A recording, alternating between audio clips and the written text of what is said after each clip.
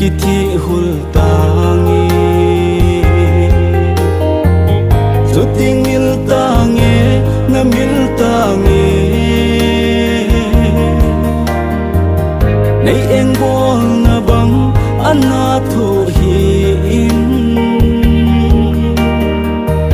in khono min mangin lang gen thi khan khodi in gel data asangi kalum sitna hin gelin I chana ken nam kalum sit em ngay chu lâu lung sit na mil tangi ken nam kalum sit na on lu mang pa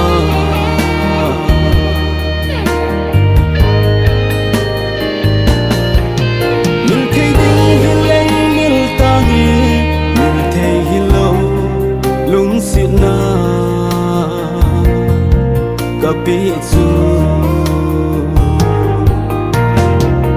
lung nim gelin ka hin I dang hin gel ki o ka ngai lu na e pilung gela ka mil ding ham e pilung gelin ga bang tang em ngày lai thil pi a hi le sang mai tangi lon hi chen hi ko a sangi kalum sitna hin gelin I chana ken ngang kalum sit em ngay chu lo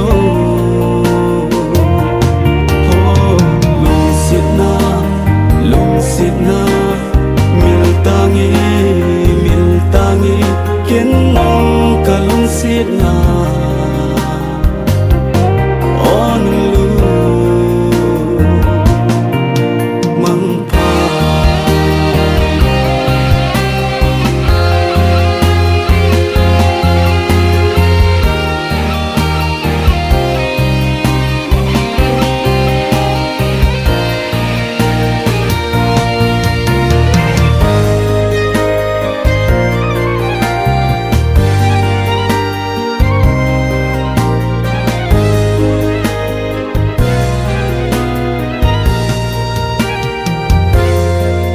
lung sit di ta ana hile I bang lo min kapungi kahin kho bang tamai tan ka ngai chu lo nung gel da tan I khan kho cheng vang mil tangi na mil tangi